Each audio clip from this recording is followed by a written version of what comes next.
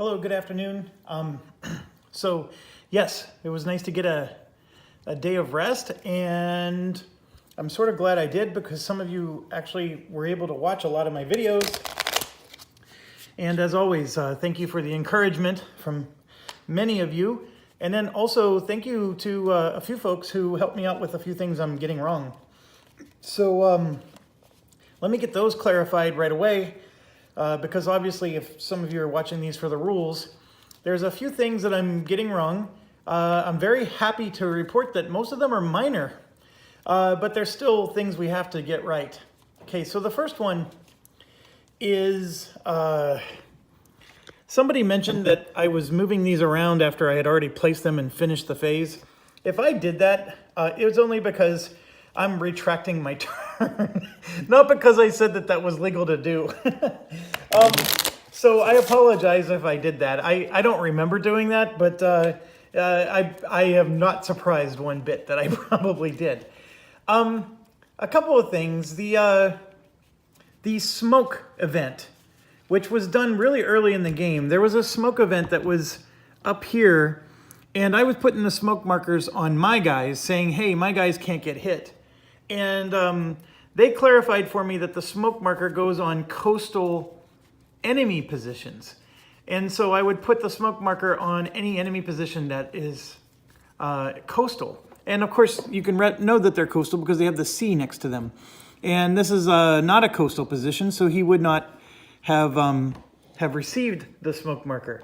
That's definitely different than I understood, and it makes sense. And I guess next time I get that event, I'll keep that in mind.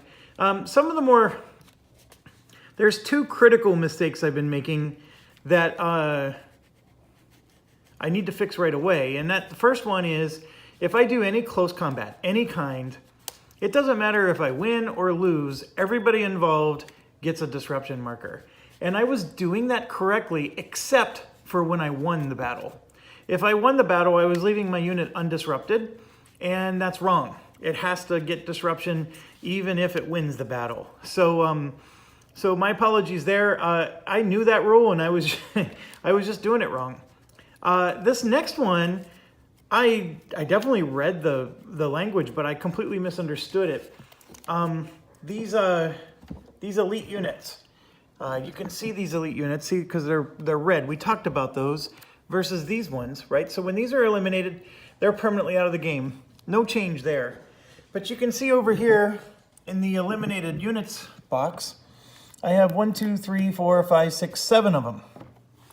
And of those 7, if I beat them in close combat, they do get eliminated and go into this box. However, if I beat them the normal way, by, attacking them with a tank or a machine gun or whatever, they go into the reserves box, which is over here and currently empty. And we've been enjoying no reinforcements because the reserve box is empty. So these ones that say CC on them, we know we defeated them through close combat.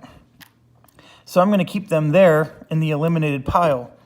These other 4, however, I'm betting I beat some of them without doing close combat. But I know I've done close combat on stuff as well. So here's how I'm going to resolve it.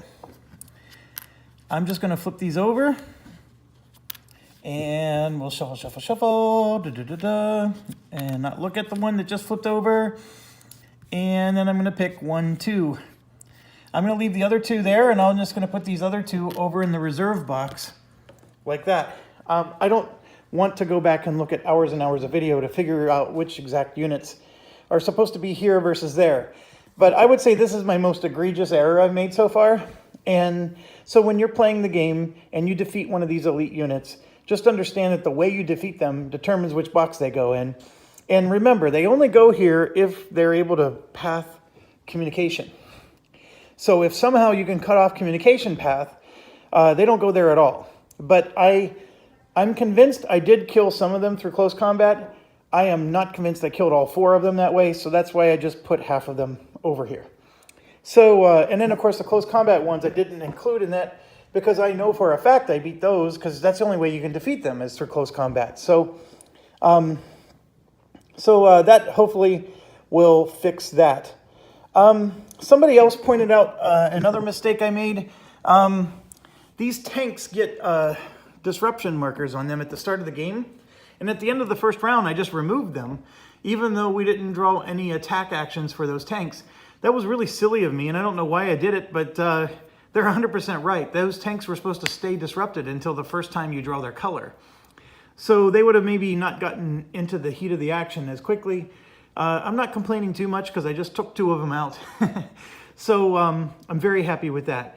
I have received confirmation that my decision with this purple situation where I had one of these units here and then the tank was there, that they are independent of each other when it comes to determining whether that group can attack. So if the tank did not have its own depth marker and this infantry did not have its own depth marker, neither of them would have attacked. And that was agreed on Board Game Geek. Okay, we have some new actions here, like the infiltration action is available. I haven't read up on it. I'd rather just start playing, and then when we encounter it, we can just look it up together. I think that's the way I recommend that you play this game. If you try to obsess over reading everything, you're going to spend your whole life reading the rules and not actually playing. Everything else I think is good. I did read the command posts, and so we are currently in the U.S. Engineer and HQ phase. So I had reported that I'm going to get 2 of these. That is correct, I am. And the way you calculate that is you look up every engineer that has a support. Notice that this engineer does not. He has a flamethrower and demolitions, so does that one, but this one has an SP. And I can zoom in so you can see that a little bit better. So this engineer doesn't count, that engineer doesn't count, but that one does because he has the SP. They have to be on a beach hex, which means that it has some raw water also in the tile. There are 2 of them in the beach hex, so I get 2 of these. The maximum I can get is 3. So don't get gung-ho about the fact that you have 5 of them on the beach. You don't get 5 of them, but you will get 3 if you can pull off 3. I only have 2, so I'm going to get 2 this turn. And then the other decision we have to make is we can make any of these HQ units, and we can flip it over and make it a command post. And if you make it a command post, it will get range markers that go up there. And you can see it starts at range 1, but every round, or every turn, it goes up by 1. And eventually, it'll get to a range of 5. So over time, that HQ will have a huge command area over the island. And then that will mean that all those units that you see here bundled up at the beach, I mean, if I had a headquarters with 5 range sitting right here, all of these would get free actions. So that's the power of it. And I was planning on making this HQ right here the one that went to a command post, but guess what happened before we got to take our turn? During the engineer phase, or during the Japanese phase, these bums showed up. And so they can fire on the HQ. You can see that there's this purple fire marker. It's really hard to see. But see, there's a little purple fire marker right there. And so that means that these Japanese units are firing, or can fire on this. And so I cannot become an HQ command post. The other thing is if this HQ command post can be fired upon by another position like this one, and you'll see there's this orange one, we have to have control of that position in order for him to become a command post. Now, I always have to, I can't remember, you know, because there's intense fire versus steady fire. And I think for the command post,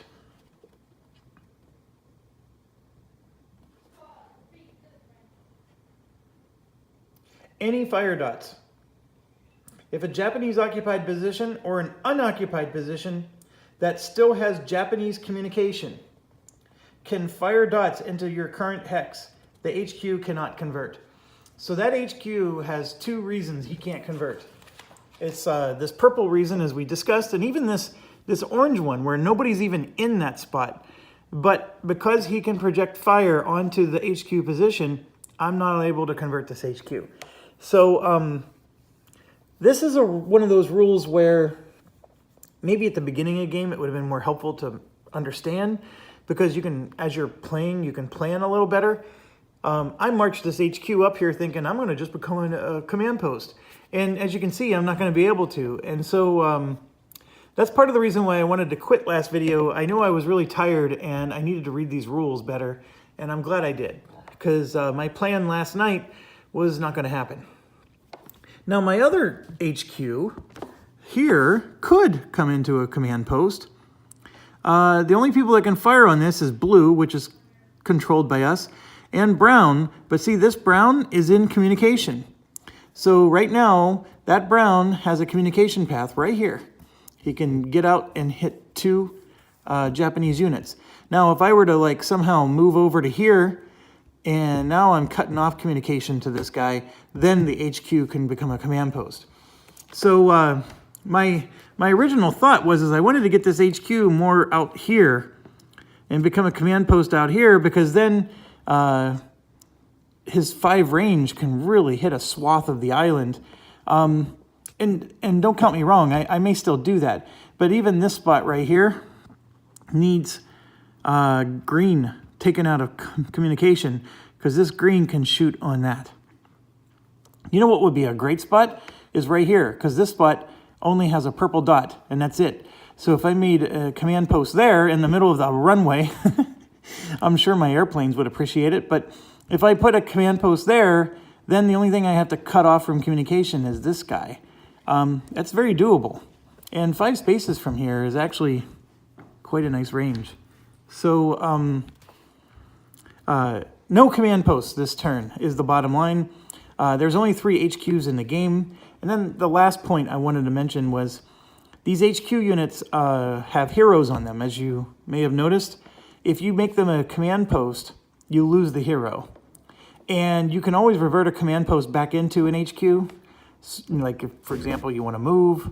But in doing so, you never get the hero back. So, you know what? It might be a little bit of poor planning that we couldn't make a command post, but it also could be a little bit of providence for us, because having that hero still gives us the wild card. It still gives us other benefits that it might still be helpful. But all these guys that are stuck on the beach, they're stuck. And I need a command post or something to get them off. So, so let's figure this out. One of the primary things you may have noticed I was doing is, see, these are beach hexes, but these are not beach hexes. They're considered coastal, but they're not beach. The beach, of course, being with the water. So this engineer unit would be best served here, because this is the only spot where you're actually controlling an actual victory point location that is also a beach hex. If you look everywhere else, they're always just one in from the beach. So so these engineering units sort of have to just sit in no man's land while they are, you know, generating support for you. I think that covers the majority of the rules. I'm believing that I'm missing one more that somebody explained to me, but it'll come to me whenever we get to that spot. And of course, if I was more organized, I would have wrote it down before I started, and my apologies there. Okay, so this is turn 11. We're in the engineering phase. We got these 2 US supports, and what I'm going to do is I'm going to turn around and let's just use them right now. I think we can wait until the end of our turn to use them. So let's do that. Those 2 support units can do many things. They can remove a disruption marker from one of our units. I don't know why we would ever remove one from a Japan unit. They can give us a free action. They can act as a wild card even. You can use those as wild cards so we can defeat units. So there's some pretty cool things we can do. But I think the biggest thing we're going to use it for this turn is we wanted to use it to garrison. And when we garrison a place, what that does is that prevents the Japanese from ever taking that place over. This infiltration action, by the way, stinks. Even if you cut off communication, they could still infiltrate and take control of spots that you had already previously conquered. So it's annoying, but I think the Japanese World War II army was pretty annoying for the Marines as well. So, so I guess good thematic job there of being annoying. All right, so to place a garrison marker in a position, the U.S., thus making it U.S. occupied,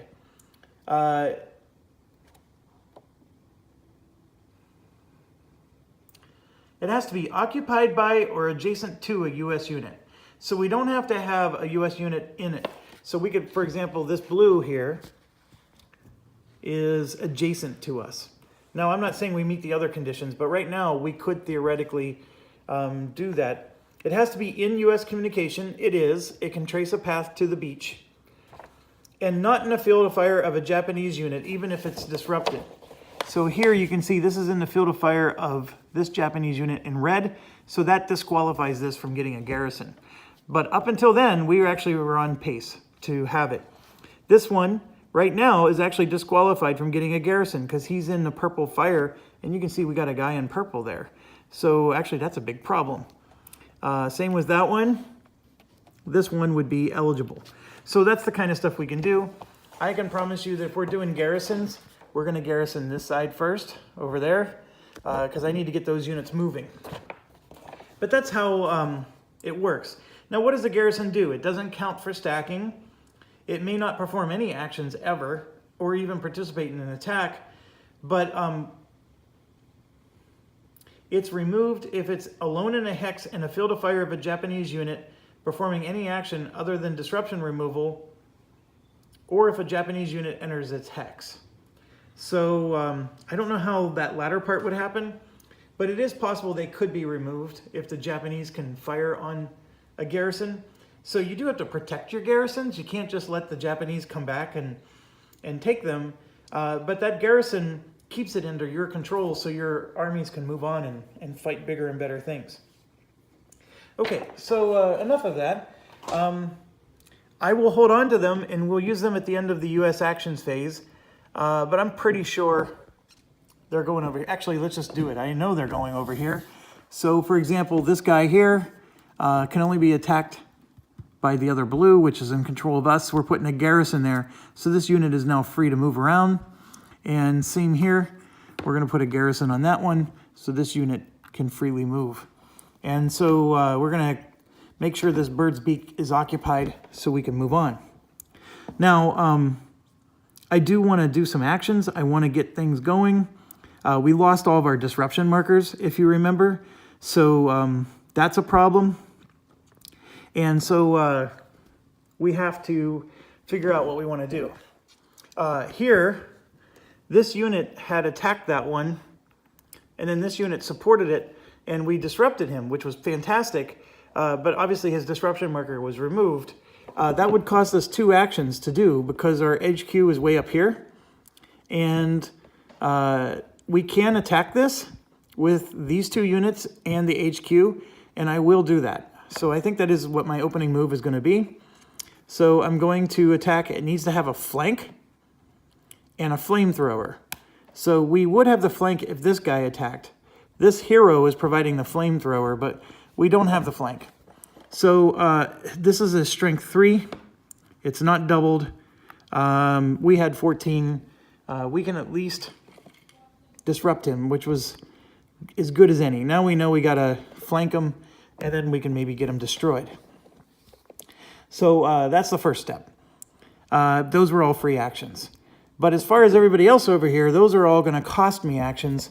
And this guy here is getting lit up because he's in this brown zone, and this one is hitting him, and it's a close combat, so he's a turd. But I do need to get some close combat going.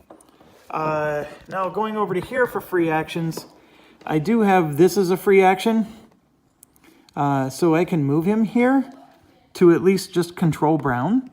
And I think that's fair because he's pretty weak and not going to do much else for me. These 3 get free actions, but this is one of my engineers giving me the points, so I'm not going to do anything with him. This one can be defeated if I can just simply flank him. The only problem is that flanking him is a challenge because we got to get here and there. This one, of course, is inland, he's a big problem. We can't barrage him unless somebody gets next to him and reveals him. And of course I have an artillery that can fire anywhere on the map, and I can hit coastal units. So what I'm going to try to do with this, since this is a free action, now if I fire, then I can't move. And that's the other thing too, is I think I wanted to move my HQ so I can start firing. Is that what I want to do? These are always hard questions.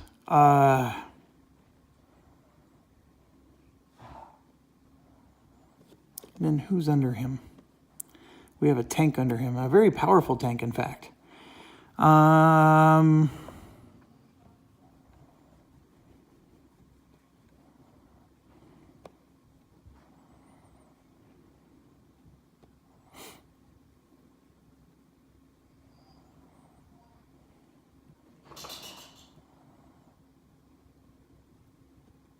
Sorry, I'm really... So here's what's going on in my mind. I do want to take these guys out, but I don't know if I want to push this way yet. I want to get a command post started, and I'm thinking I do want to get him up here somewhere so I can do that. And so what I'm thinking of doing is just taking all these units and moving them in that direction. But then that means these units are going to sort of stay active, and I'm not sure I have a problem with that. I mean, this red one's the only annoying one because he can shoot out in the water. But I can barrage him with my artillery almost any time. I'm also annoyed with this guy because he does have a good range of fire. And this guy was here before I moved him, so I may change my mind on this.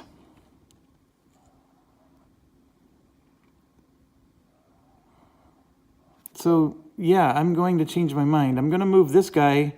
See, by moving him one space, that's an intense fire for this. So he can't move any further. So I will move him there. I'm going to move these two into the intense fire. This one will, of course, move there. So he can stay next to the HQ. This one, we will move through here to there, because I can't go into this zone here because of his intense fire. And this one is a tank, which I'm also going to move along with the hero because I can't afford to lose those guys. So then, as far as actions go, I think one's going to be there because we need to redisrupt him. And then I need to disrupt the other one. So...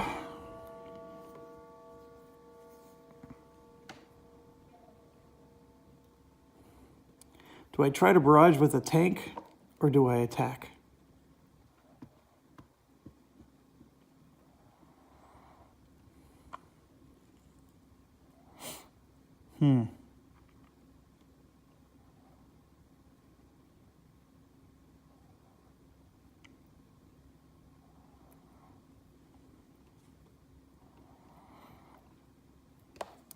That's not a building. I guess it is a building. So this is a strength 4 unit. I think I have to worry about this side more. So I'm going to attack with both of these guys on here, which we know isn't going to defeat him, but it will disrupt him, so he won't hurt us. And that's going to be my 3 actions. I can't do much else. This hero, I do want to get him somewhere we can make a command post. But what I wanted to do was use an action here on this guy to get him moving. But he's just going to have to wait. He's not a hero, but this one is. And this is a very intense red zone here, so I need to be careful.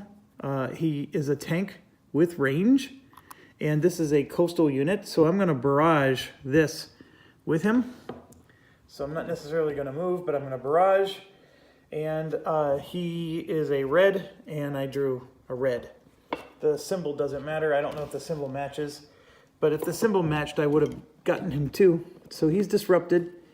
And then these guys can move if I want them to, but I'm leaving these spots open for possible reinforcements, which is always an issue. They're both rather weak. but they can move for free. So I'm going to move this guy there and this guy to there. With this one being a hero, we might actually be able to make short work of that thing. We know that the coastal ones are pretty weak. So I'm happy with that. Now, as far as the other action goes, this one we know is gonna, we don't have the flank requirement, but we will disrupt him. So that's our 3 actions. Definitely need more actions, which means we need to get those command posts going so all those units can accomplish something.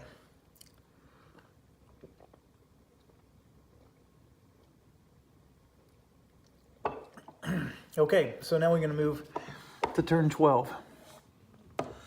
All right, so it was complete providence that we have these guys here. I'm going to use the LVTs. I'm going to try to use the LVT to get the engineer, this one, the support engineer going. So the problem is I need one LVT that has only 1 pip can support 1 unit with 2 steps. So that can support the engineer, and then the tank supports himself. So here's where it's weird, and if somebody can clarify the rules for me, I would appreciate it. These are both in a stack, of course, but does that mean that I'm drawing cards as a stack if I'm using multiple LVTs just to move?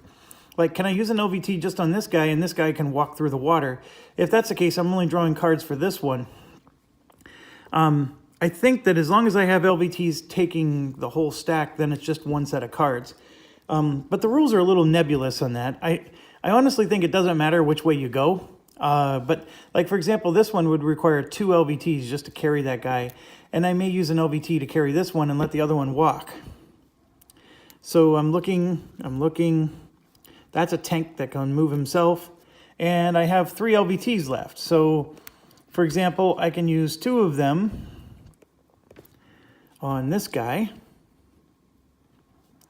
And then 1 more for that engineer right there. So let's just say that that's what I'm going to do. All right, so I'm going to do the engineer here. No drift. And the LVT's in full health, and so is the unit. And they're going to go to, oh, but it's the reef.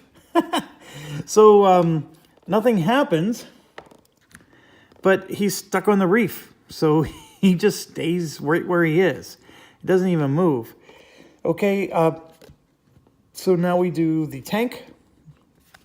He's going to drift 1 left. And then he's going to make it to the beach at full health. So we're very happy with that outcome. So following this along, he's right there with the engineer. Not bad there. Okay, so now the next one is a drift 1 left. So he's going to drift over to here. And then you can see only 1 pip for the LVT, but the unit makes it just fine. And he goes to the beach. So 1 more LVT is destroyed. This one survives, but he makes it all the way to the beach. It's a concentrated unit situation, but that's a real nice one to have at the beach. Very, very happy with that. Okay, these next 2 are just going to move 2 spaces, so I'm not going to have them be concentrated, so I'm going to move them like so. And yes, red can shoot all the way out there. Now we draw for the engineer. Drift 1 left. And he's at full strength, and the LVT survives with 1 pip. So this engineer is actually going to make it right to the spot that we wanted, and he's that support engineer we were hoping for. So we actually got him in the perfect spot for a support engineer to be, and that means we can move the other engineer if we wanted. And then this last guy is going to move 2 spaces. So that's what we got. These 3 moved, and this one's still stuck on the reef. Because for whatever reason, his LVT took no damage, but didn't make it past the reef. So I guess the LVTs gave us a positive outcome. And maybe I'm a little too negative on it. But I had a bad experience. Not sure I'm going to do that again. Okay.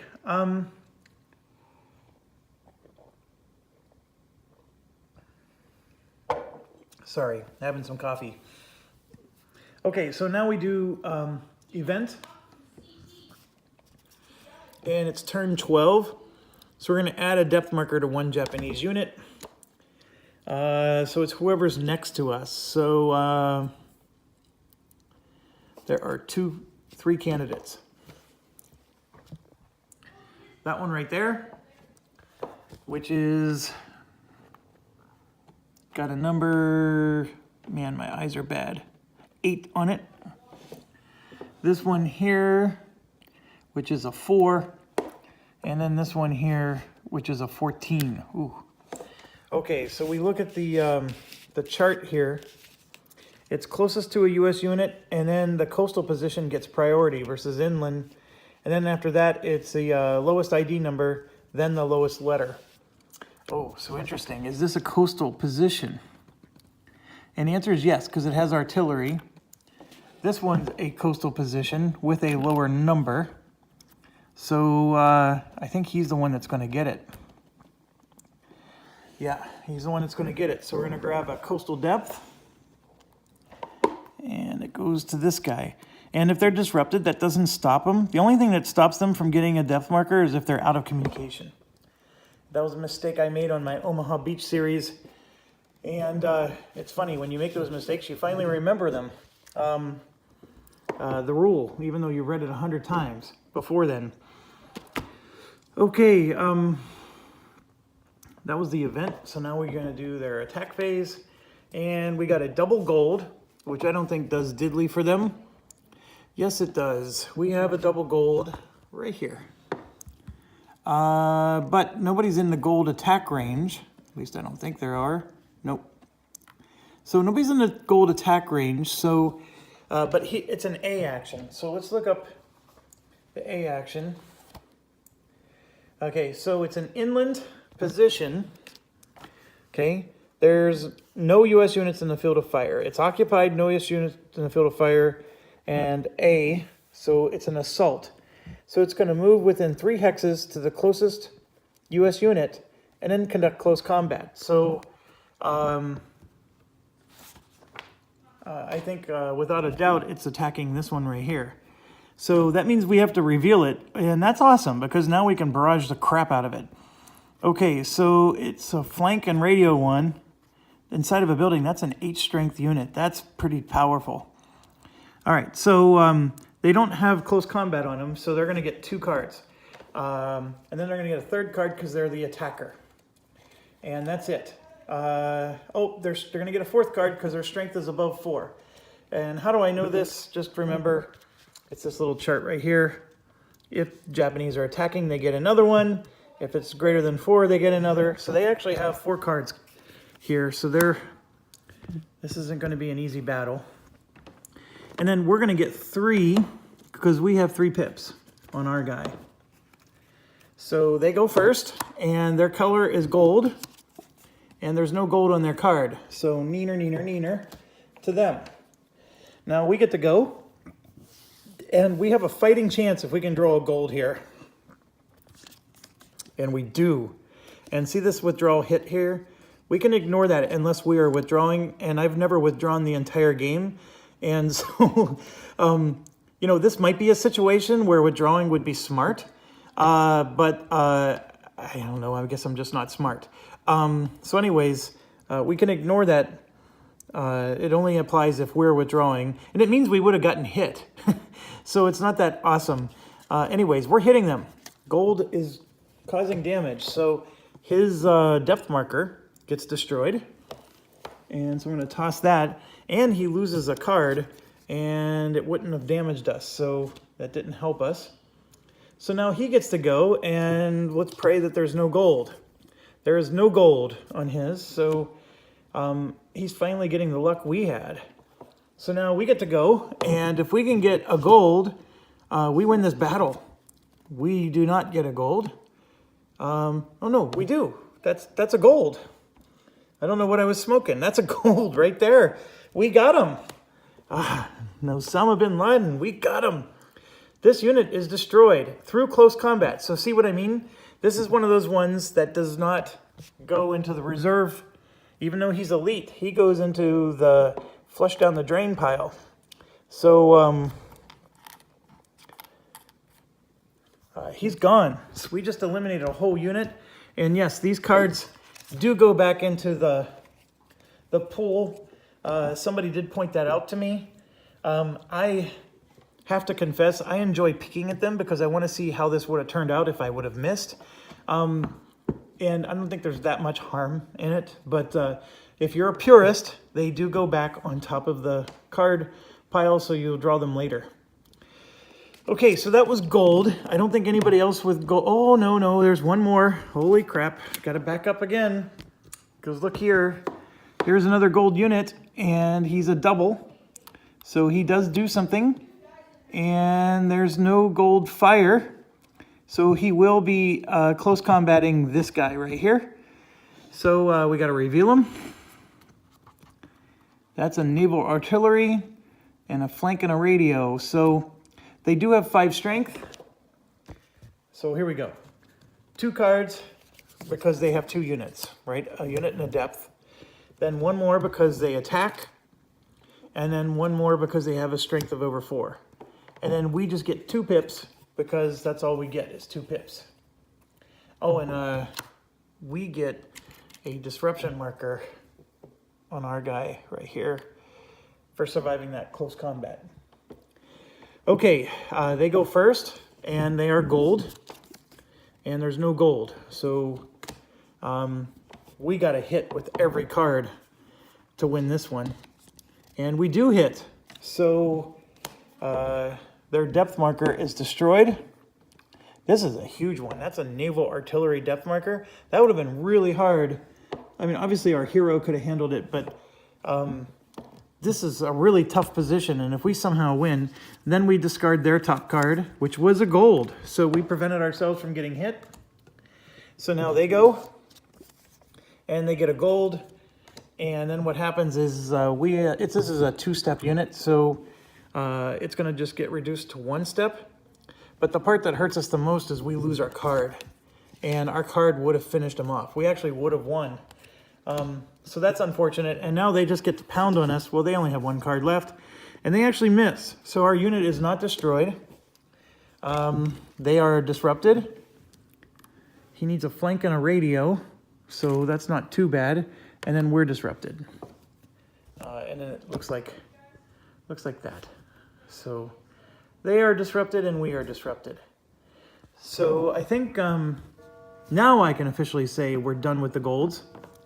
So now we move to double blue, and this is just a plain up, they can attack armor kind of thing. And this time, I think I'm accurate in telling you there are no blues on the board we need to worry about, and it's true. I don't even see, there's only 1 blue position that has a Japanese unit, and it's way over there. So nothing happens there. And then we have the green. This is a crappy action. It's a mortar action. And I'm looking, and I don't see any green that's reinforced either. So we got really lucky. But before I say that, there is 1 green spot that's within 2 spaces of us in communication. So let's look to see what happens. That's an inland position that's unoccupied, but within 2 hexes of a unit. And you go to M, it's a muster. So a reserve unit goes there along with a depth marker because it's past turn 11. So so it wasn't all peaches and cream. So we are going to put a reserve there, and it's inland. So we just grab an inland depth, and there it is. So our bid to move the HQ out there is not really working according to plan, because all we did was move within 2 spaces of this, and then whenever the color came up, they just populated it. So this command post thing is harder than I probably originally thought it was going to be. So, okay, they're done. Now we draw another event card for turn 12, and we get Semper Fi. Conduct 1 extra U.S. action this turn. I will take it.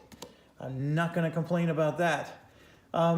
So we got to we've got a little bit of a reprieve here. So I want, for sure, I want to start getting some units moved. So I think I want to move that guy, but I got other stuff to do too.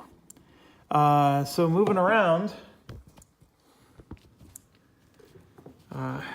this tank would be nice to get off the beach. This HQ, we need some serious help to take out some stuff. The unit is disrupted, so that helps. He requires close combat, and I think we're going to need to use 3 actions over here just to get these units off the beach and helping us to take over the stuff we need to take over.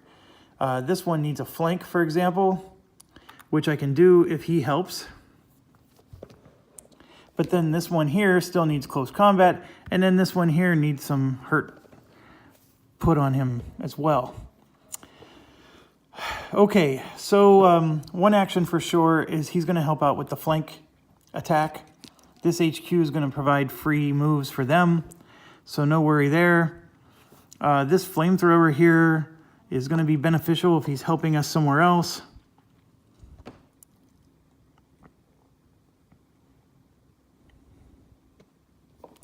These 2 units will get my 2 other actions because they're both really powerful and need to get off the beach. So what I'm thinking I'm going to do with this one is he's a 7-2. So I'm going to move him 2 spaces to here so we can get green. This is a 6-2, which we will move here so we can help get red. This guy's next to the HQ, and I'm going to move him here to support against the green. This guy's next to the HQ, and I'm going to move him. See, these are intense fire zones, so I can't move 2 spaces. So I'm going to move him. I'm actually going to leave him where he is. This HQ and the tank. This HQ will move over 1. The artillery will move 1 to here. Actually, the artillery can only move 1 space. This guy can move 2, but I'm actually going to leave him there. Yeah, I'm not going to be able to get an attack in on green. Oh, hold on. I can barrage from this guy because the HQ was here. So I can also barrage from this tank. So yes, let's do this one first. We're going to barrage. Nope, I can't barrage because he's not revealed. Dang it. Dang it, game. Okay, well, they both get the barrage 7 spaces away. So the first barrage I'm going to do is on this coastal one here.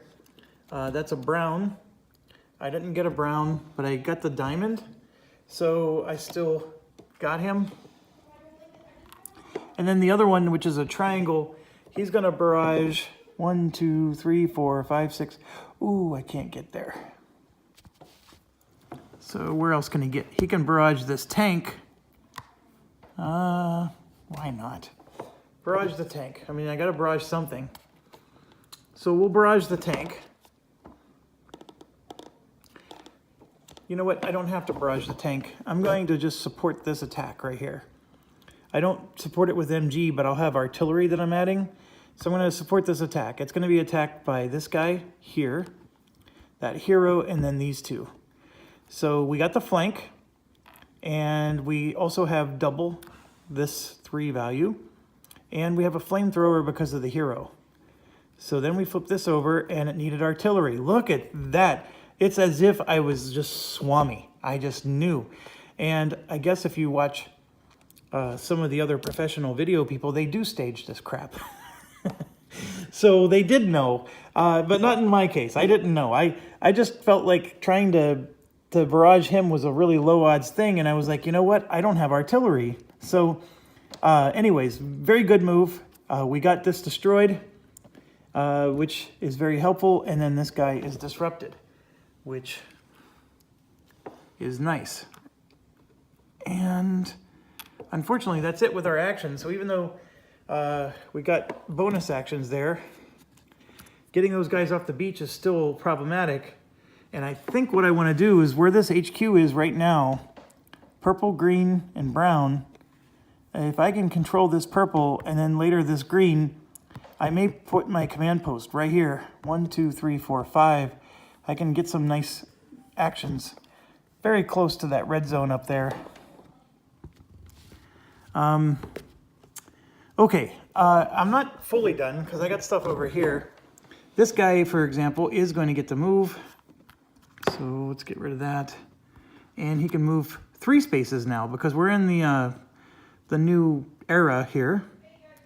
But I'm still constrained to things. But I'm going to move 1, 2, 3 like so.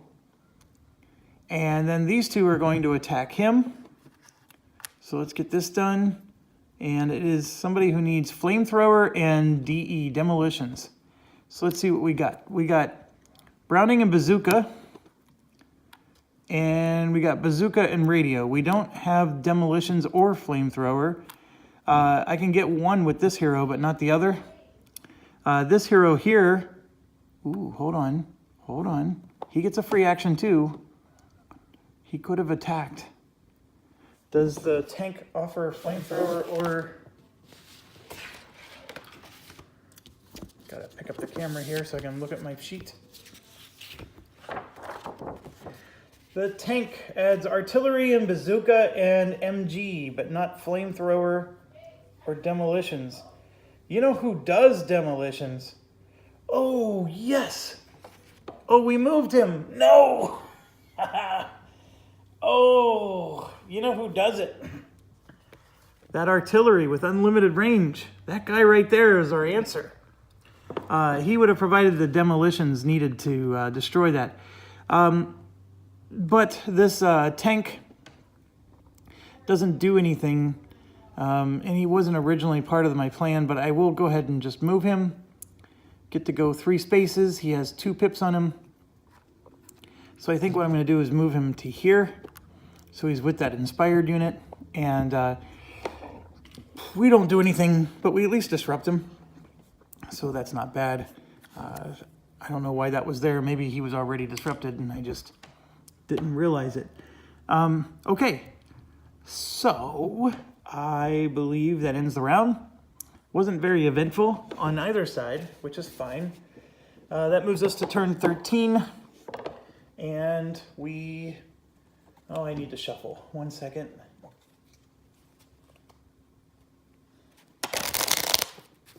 I need to sleeve these cards. These ones get shuffled a whole lot more than the other ones do.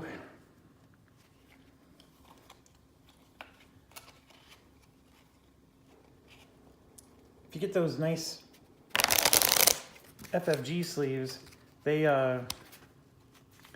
shuffle so nicely.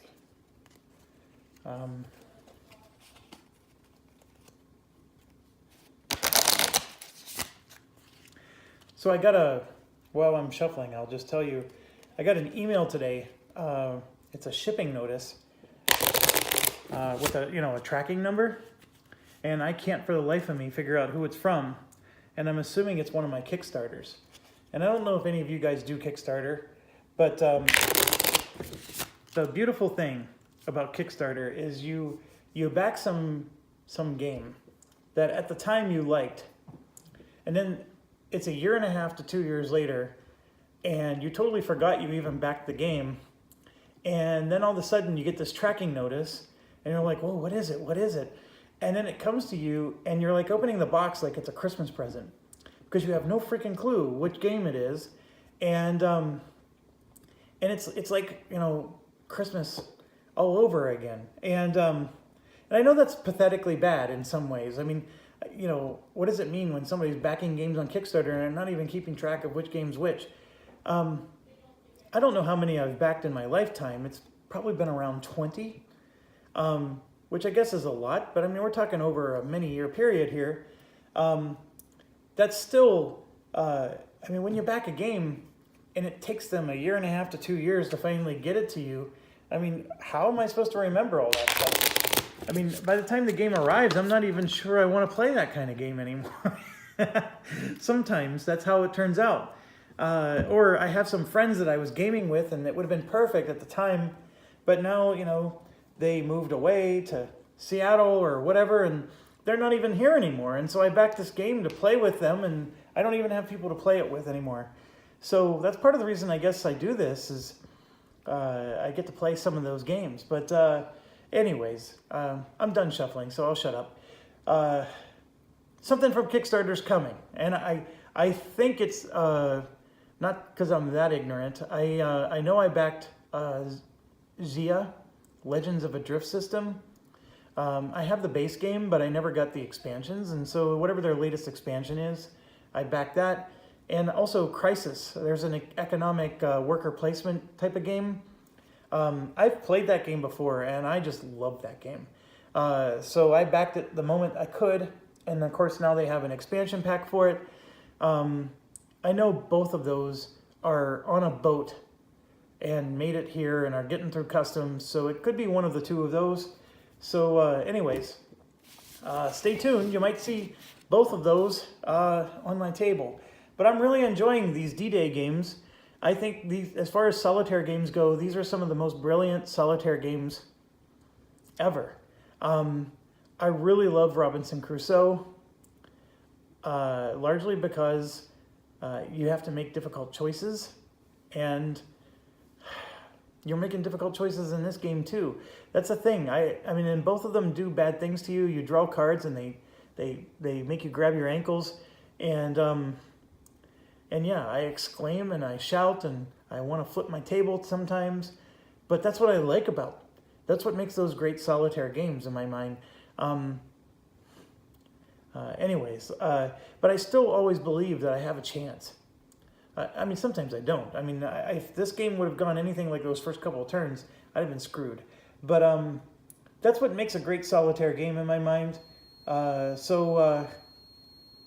I think I like Omaha Beach more than this one, but that doesn't mean this one's not growing on me. I think the close combat I'm starting to get a little bit more used to, largely because I'm finally winning a few. I mean, that last battle, by the way, this one here, we tied when I should have lost that. I mean, they overwhelmed me in strength. And in this other one, I ended up winning, and I took out a unit and its depth marker for almost nothing, just because the cards went my way. I mean, that's pretty nice. Anyways, I'm shutting up. Let's move on with the turn. I believe... Why was I shuffling? That's right, because we're starting turn 13. So these guys are going to move 2, 2, 2, and 2. That's it. We...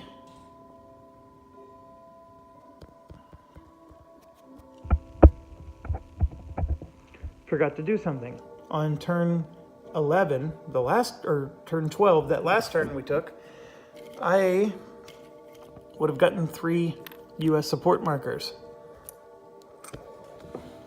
So we would have done my original plan. 1. This one I couldn't have done because he wasn't, well, yeah, I could have because he's disrupted now. So 2. Let me make sure. I keep forgetting that rule. You know what? There's other places that are better because I could lose that garrison marker there. 2.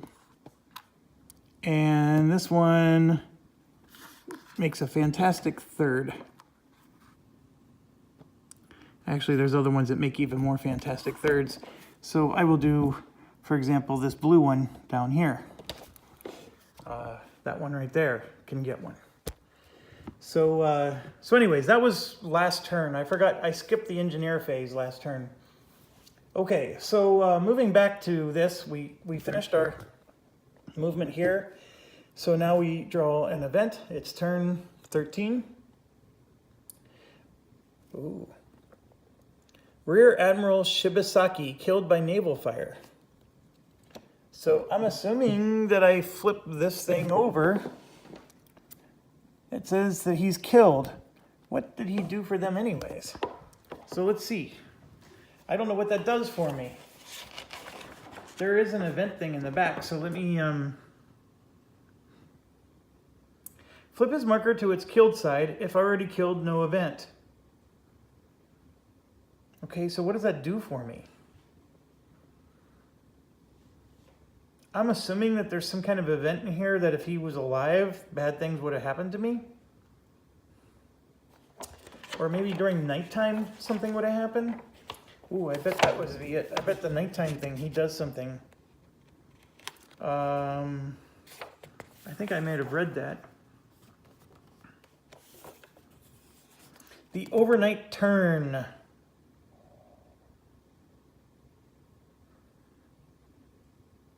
Yep, here it is. So in the overnight turn, during the Japanese fire phase, if Admiral Shibasaki is alive, they conduct 2 Japanese fire phases in a row. Ooh. So we survived, or we killed him, so now they're not going to get to do 2 in a row. I think that was pretty nice. Okay, so good job.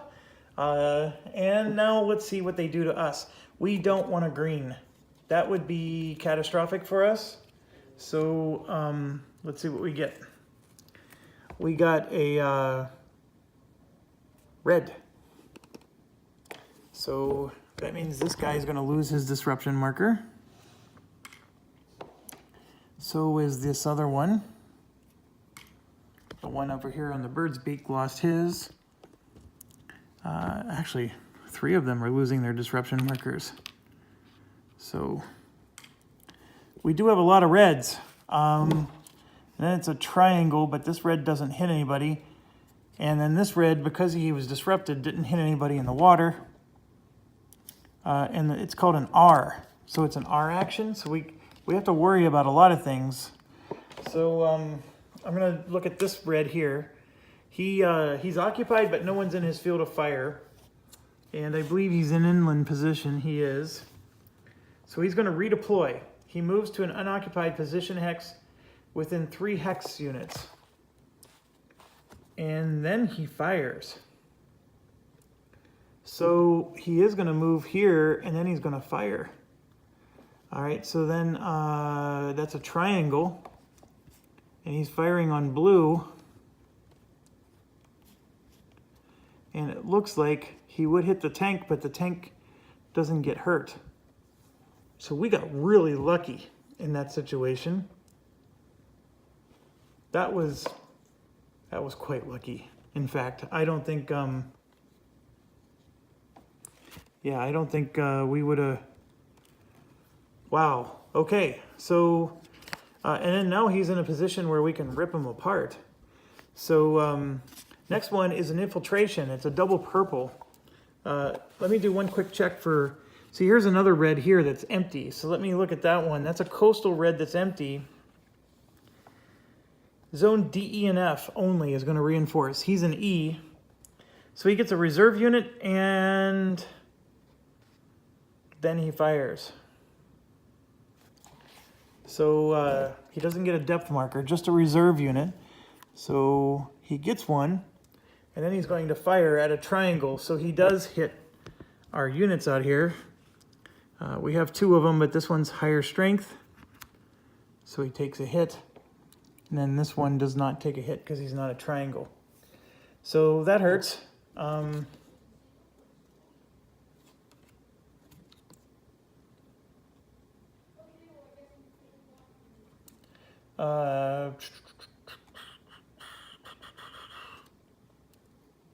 Now we got to look up this infiltration one. That's the biggest issue I think that we're coming up with. And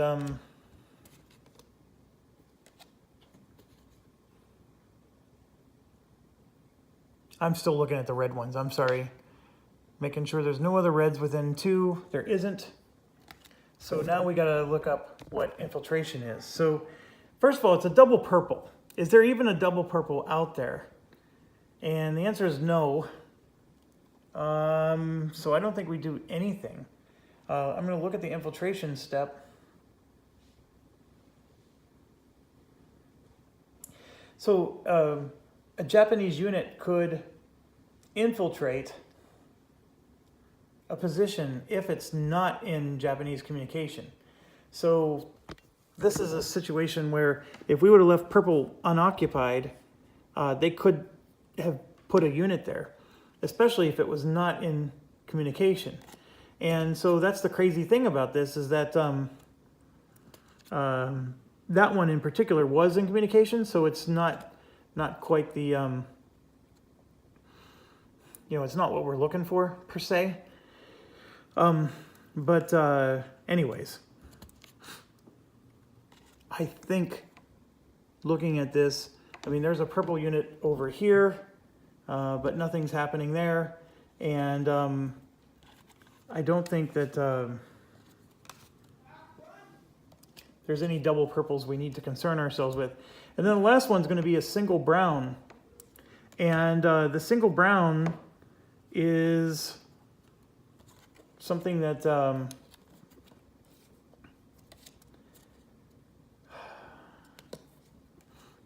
that might be a problem.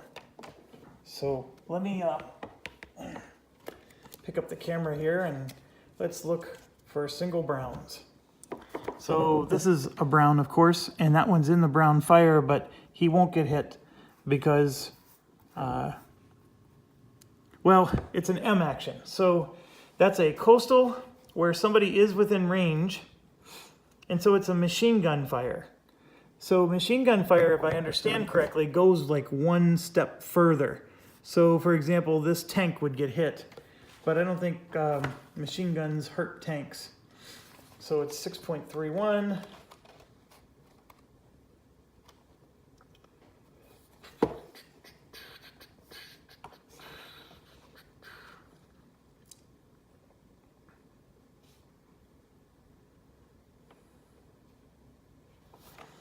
That's not a machine gun. I don't know why it references 6.31.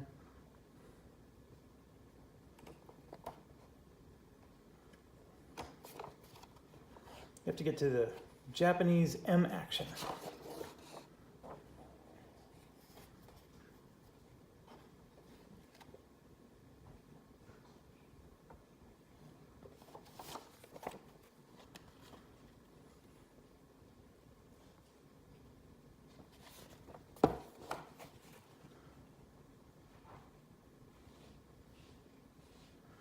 So there's mortar and muster. It just says that it fires with machine gun. See 6.31 in fire chart. Oh, that's right. There's a fire chart here somewhere, a Japanese fire chart, and you can see machine gun fire is any hex adjacent to an intense fire hex when the fire type is M. Non-armored U.S. units with a target symbol on the fire card are disrupted. So that's if it's fired by a revealed position. If it's an unrevealed position, then you lose a step. But it's next to the intense fire. So anything that's next to the intense fire, but it still has to match the symbol, gets disrupted. So it sort of makes no sense, I guess, but I don't think there's that many spots that would get hit with it. But anyways, let's move on. We know that this one is disrupted, so he would get to lose his marker. And then this one here actually is a tank, so he would do an M action, which is multiple fire. It's going to fire if U.S. units are in field of fire, and then it gets to fire again. And so there's nobody in his fire, so he doesn't do anything. There is an empty brown here. So this one would try to muster, but I think it actually does get to muster because this one does not have a range here. So he does have communication, but there's no units to muster with. The reserve pool is empty. So sorry for the long turn there, but wanted to make sure I got it right. So anyways, the brown I don't think does anything on us. So now we move to our next event, when we're on turn 13. Place a hero on any U.S. unit. We will never complain about that one. So who gets the hero is the question. I mean, I'm tempted to put it here so that way these guys can just, I don't have to ever spend actions over here ever. And then my HQ units will hopefully start making those guys move. And yeah, that's exactly what I will do. So let's get these guys going. I want free actions for everybody, like Pez dispensers. Okay, so now we go to the U.S. Engineer and HQ phase, and I do get 3. 1, 2, 3. Now you might be wondering, why am I getting 3? Well, I need 3 on the beach. So this has an SP 1, 2, and 3. You can never have more than 3. So even though I have an SP engineer here, if I move him to the beach, it doesn't do me any good, unless of course one of these other ones gets killed. So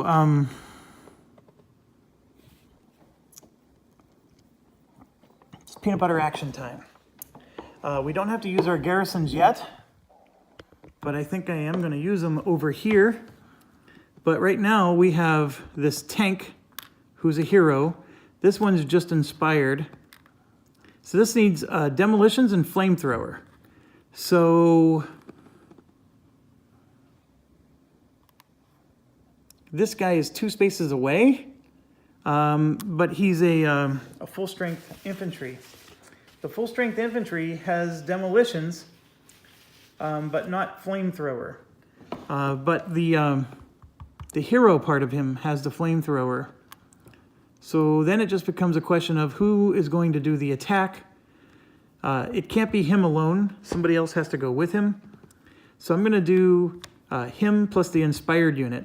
They're both going to attack here, and he's destroyed because the strength of them, even though this guy's in palm trees, that gets cut in half. So I'm going to say 3, and then that's 3 more for 6. That's more than this guy doubled. So he is destroyed. But he does go into the reserve units because he has communication. We didn't cut off his communication. And the reason that was important to me is because this tank is going to... Man, this purple one is brutal. Look at him. He has intense fire all around him. So we're going to move up next to there. This guy is also going to move up, and he'll sit on the red... Nope, he's going to go there. So that way we have flanking on him. And that was all free actions, of course. And then one of our engineering actions is we will cover that up with a garrison.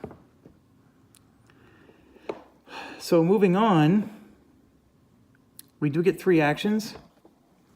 This one, I forgot to remove the disruption from last time.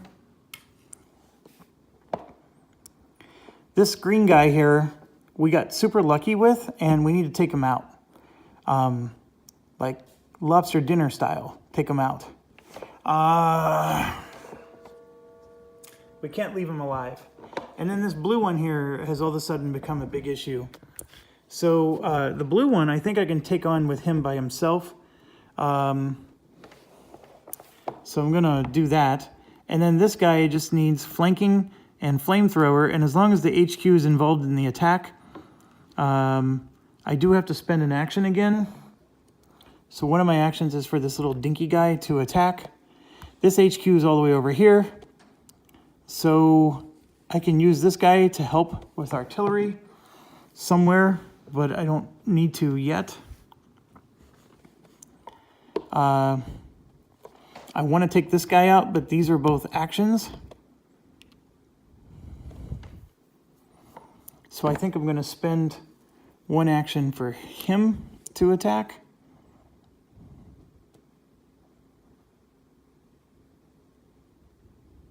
And this is just a close combat situation.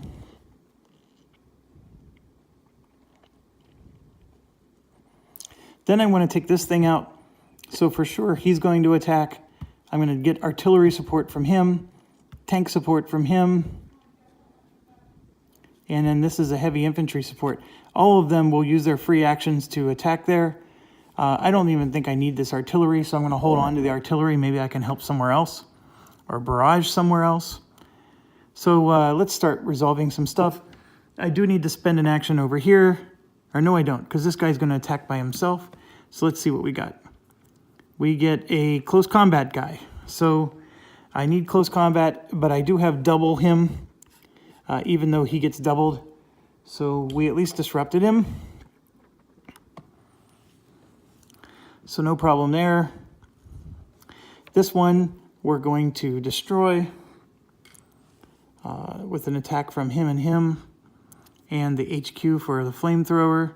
So that one is destroyed, and it does go into the reserve. So we will see him again some other day. This one here I'm concerned about, but he does only get one card, and we are going to get 4. 3, 4. He is red, and he goes first, and he missed. Thank goodness. So here's our first of the 4. Miss. Second of the 4. Miss. Third of the 4. Finally hit.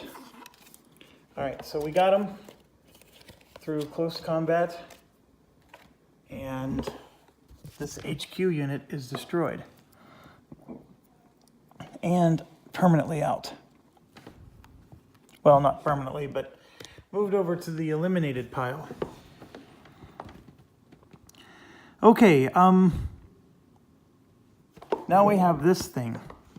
So I have to make a decision here. This is 8 strength, 5 is 13, and 4 is 17. Do I want the artillery to help him? Well, I guess it depends on what my last action is going to be. Well, 1, 2 actions. Where's my third? Oh, it's in my hand. My third action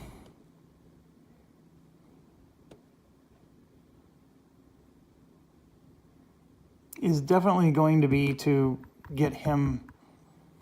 I'm going to disrupt him again. So I'm attacking there. I have double the strength, but not the weapons, so he's disrupted.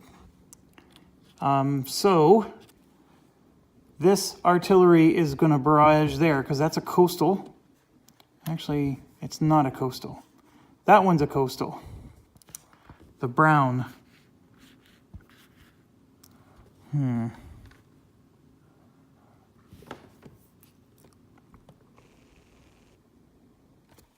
This isn't an inland either. What's it considered to be?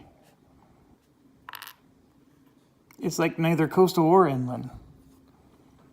So I'm going to assume that I have to reveal that before I can barrage it. So what I'll do is I'll barrage this one with the artillery, and I do get a red. Oh, he's a brown. Never mind. He's a brown. I miss. Nothing happens.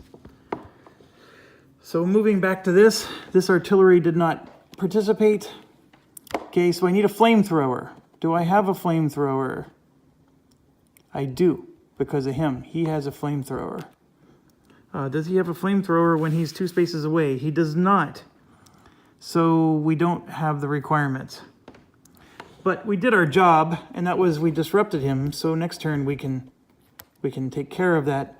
This particular spot, the HQ can't do anything unless this and this are both cleared out. So when we're talking about becoming a command post, like even this guy here can't become a command post unless that spot. It's actually really hard to get a command post started here. So what I want to do, if I can get somebody here and move this HQ over, I can finally make a command post with that one. But wow, is this tough? Just trying to get a command post going. Okay, so this HQ did not participate in the attack. So do I want to like move so more things get free actions?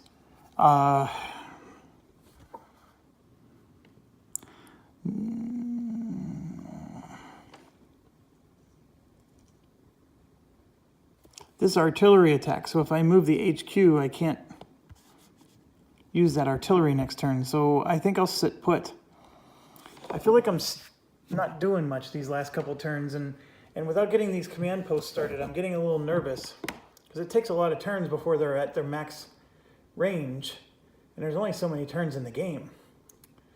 So yeah, a little nervous about all that, but I'm still generally happy with my progress. I have a feeling this red and purple could reinforce depending on what card we draw, but we're moving to turn 14, and I'll see you in a few seconds. Stay awesome.